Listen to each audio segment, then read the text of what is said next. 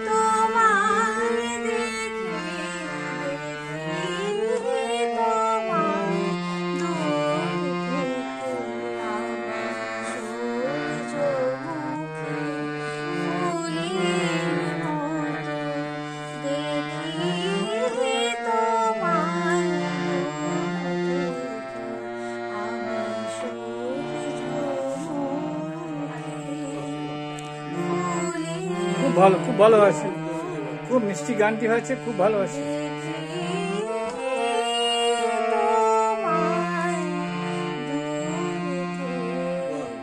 বাহ বাহ বাহ, খুব ভালো গান গেয়েছো, আরো এগিয়ে যাও, আমাদের শুভেচ্ছা রইল।